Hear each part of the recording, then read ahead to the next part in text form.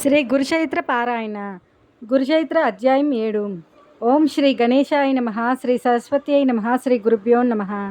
నామధాయకుడు సిద్ధయోగికి నమస్కరించి, స్వామి, ఈ గోకర్ణ క్షేత్ర మహిమ ఇంకొంచెం విపులంగా వివరించండి.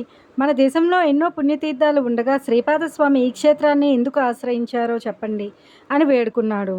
అప్పుడు సిద్ధయోగి ఇలా చెప్పారు. పూర్వం ఇక్ష్వాకు వంశంలో మిత్రసహుడను పేరు గల రాజు వేదమార్గ తత్పరుడై రాజ్యాన్ని ధర్మంగా పాలిస్తూ ఉండేవారు. ఒకనాడు అతడు అడవికి పోయి క్రూర జంతువులను వేటాడుతూ ఒకచోట భయంకరుడైన ఒక రాక్షసుని చూచాడు. రాజు అతని మీద బాణాలు వేయడంతో ఆ రాక్షసుడు నేలకూలి ప్రాణాలు విడుస్తూ తన సోదరుని పిలిచి రాజుపై ప్రతీకారం తీర్చుకోమని ఆదేశించాడు. అతని సోదరుడు తన రాక్షసమాయ చేత ఒక సామాన్య మానవ రూపంలో రాజు వద్దకొచ్చి ఎంతో వినయంతో అతనికి సేవ చేయసాగాడు. ఒకరోజు ఆ రాజు తన ఇంట పితృశ్రాద్ధానికి వశిష్ఠాది మహర్షులను భక్తులుగా ఆహ్వానించాడు. ఆనాడు ఆ కపట సేవకుడు వంటలో రహస్యంగా నరమాంసం కలిపాడు. భోజన సమయంలో వశిష్ఠ మహర్షి అది తెలుసుకుని రాజుపై కోపించి, రాజా, నీవు మాకు నిషిద్ధమైన నరమాంసం వడ్డించావు కనుక నీవు బ్రహ్మరాక్షసుడు అవుతావు అని శపించాడు.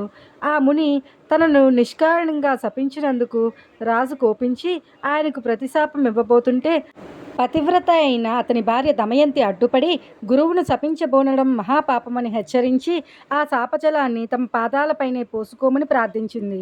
రాజు తన కోపాన్ని నిగ్రహించుకుని శాపకల్మషమైన అపవిత్రమైన తన చేతిలోని జలాన్ని తన పాదాలపై పోసుకొని వశిష్ఠ శాపం వలన బ్రహ్మరాక్షసుడై పై కారణంగా కల్మషపాదుడనే పేరు గ్రహించాడు.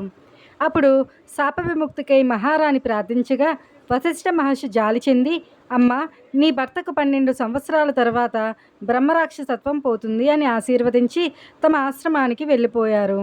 అప్పటి నుండి కల్మషపాదుడు ఘోరమైన అరణ్యంలో నివసిస్తూ అచ్చటి క్రూర జంతువులను మనుషులను పట్టుకుని తింటుండేవాడు. అతని బ్రహ్మరాక్షస రూపం ఛాయలా అతనినెప్పుడూ వెంటాడుతూ ఉండేది. ఒకసారి అతడు ఒక బ్రాహ్మణ శ్రేష్ఠుణ్ణి చంపి తిన్నాడు. అందుకు ఆ బ్రాహ్మణుని భార్య శోకంతో, నీకు వశిష్ఠ శాపం తీరి నీ పూర్వరూపాన్ని పొందాక నన్ను నా భర్తను ఎడబాటు చేసిన పాపానికి భార్యా సంగమం చేస్తే నశిస్తావు అని శపించింది. కొంతకాలానికి వశిష్ఠ శాపం నుండి విముక్తుడైన రాజు తన నగరంలో ప్రవేశించాడు. అతని రాకకే భార్య ఎంతో ఆతృతతో ఎదురు చూస్తున్నది. ఆమెను చూస్తూనే రాజు కన్నీటితో తనకు క్రొత్తగా సంక్రమించిన బ్రాహ్మణ సత్ని శాపం గురించి చెప్పాడు. భార్యాభర్తలిద్దరూ కిన్నులై ఆ శాప విముక్తికై తీర్థయాత్రలు చేశారు. మార్గమధ్యంలో వారు గౌతమ మహర్షిని దర్శించి తమ విషాదగాథ విన్నవించుకున్నారు. అది విని జాలి చెందిన గౌతమ మహర్షి, రాజా, భయపడవద్దు. పాపాలన్నింటినీ పారద్రోలి అభీష్టాలనిచ్చే పవిత్రమైన గోకర్ణ క్షేత్రం ఉండగా బ్రహ్మహత్యా పాతకం నిన్నేమి చేయగలదు? ఆ క్షేత్రంలోని నీరంతా పుణ్యతీర్థమే. అక్కడ శిలలన్నీ శివలింగాలే.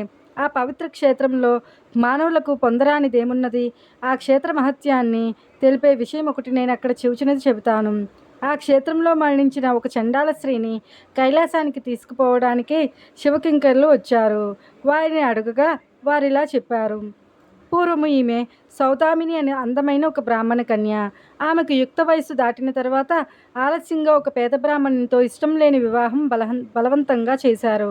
కొద్ది కాలానికి ఆమెకు పిల్లలు కలుగక ముందే ఆ బ్రాహ్మణుడు మరణించాడు. ఆమె కామవశం చేత ఒక కోమటివాణి నుంచుకున్నది. జారత్వం ఎన్నటికీ దాగదు కదా. త్వరలో ఆ రహస్యం బంధువులందరూ తెలిసి వారు ఆమెను వెలివేసి ప్రాయశ్చిత్తం చేసుకున్నారు.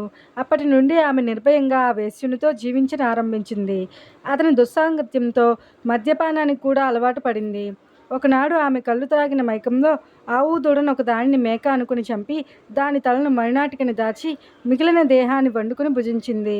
మరునాడు విటుడు రాగానే ఆమె వంట చేయబోయి ఆవు దూడ శిరస్సును చూచి నిజాన్ని కప్పిపుచ్చుతూ, అయ్యయ్యో, ఆవు దూడను పులి తినిపోయింది అని వలవలా ఏడ్చింది. ఆమె ఇటువంటి పాపాలు అనేకం చేసి నరకంలో శిక్షలు అనుభవించి కర్మశేషం వలన ఈ జన్మను పొందింది.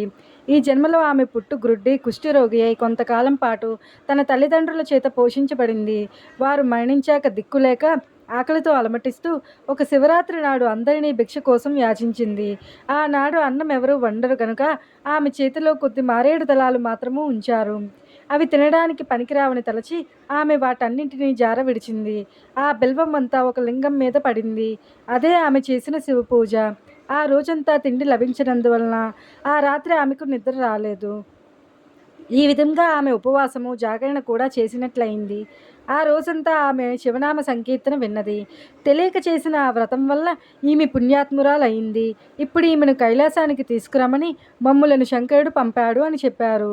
అప్పుడు ఆ శివదూతలు ఆమె మృతదేహంపై అమృతం చల్లి దేవ విమానం మీద ఆమెను కైలాసానికి తీసుకువెళ్లారు.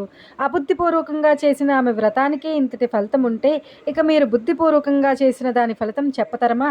కనుక ఓ రాజా, నీవు గోకర్ణ క్షేత్రానికి వెళ్ళి మహాబలేశ్వరుని సేవించు, బ్రాహ్మణ శాపం నుండి విముక్తుడు అవుతావు అని గౌతమ మహర్షి ఆ క్షేత్ర మహత్యాన్ని ఇంకా ఇలా వివరించారు. గోకర్ణమంతటి పవిత్ర క్షేత్రం ఇంకొకటి లేదు. మిగిలిన క్షేత్రాలన్నీ చంద్రుడు నక్షత్రాల వంటివి అనుకుంటే గోకర్ణం పాపమనే కారు చీకట్లను నశింపజేసే సూర్యుని వంటిది. ఆ క్షేత్ర దర్శనము స్మరణము వలన కూడా సర్వ పాపాలు నశిస్తాయి. అక్కడ ఇంద్రాది దేవతలందరూ తపస్సు చేసి శివానుగ్రహము వలన తమ అభీష్టాలు పొందారు. అక్కడ మహాబలేశ్వరునికి బ్రహ్మ విష్ణువు ఇంద్రుడు విశ్వదేవతలు మరుద్గణాలు సూర్యచంద్రులు అష్ట వసువులు తూర్పు ద్వారంలోను యమధర్మరాజు చిత్రగుప్తుడు అగ్నిదేవుడు ఏకాదశ రుద్రులు పితృదేవతలు దక్షిణ ద్వారంలోను వరుణుడు మొదలగు దేవతలు పడమటి ద్వారంలోను కుబేరుడు భద్రకాళి వాయుదేవుడు సప్తమాతృకులు ఉత్తర ద్వారంలోను విశ్వావసువు చిత్రరథుడు మొదలగు గంధర్వులు నిత్యము నిలిచి ఆయనను ఉపాసిస్తూ ఉంటారు. కశ్యపుడు అత్రి వశిష్ఠుడు కణ్వుడు మొదలగు మునీశ్వరులు కృతయుగంలో విశ్వామిత్రుడు జాబాలి భరద్వాజుడు మొదలగు మహర్షులు సనక సనందనాది బ్రాహ్మ మానసపుత్రులు నారదాది దేవశులు సిద్ధులు సాధ్యులు మునీశ్వరులు యతులు నిత్యము గోకర్ణేశ్వరుని ఉపాసిస్తున్నారు. రావణుడు మొదలగు రాక్షసులు కూడా ఆ క్షేత్రంలో తపస్సు చేసి శివుని నుండి వరాలు పొందారు. కనుకనే ఆ క్షేత్రంలో చేసిన తపస్సు ఆధ్యాత్మిక సాధనలు 1,00,000 రెట్లు మంచి ఫలితం ఇస్తాయి.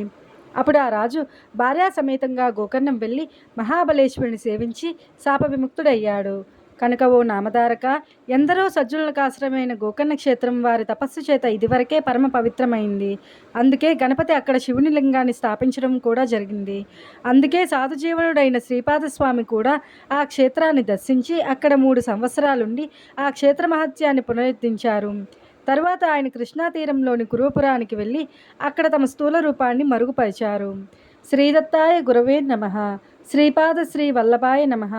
శ్రీ నరసింహ సరస్వత్యై నమః. గురుచరిత్ర పారాయణ అధ్యాయం 7 సమాప్తం.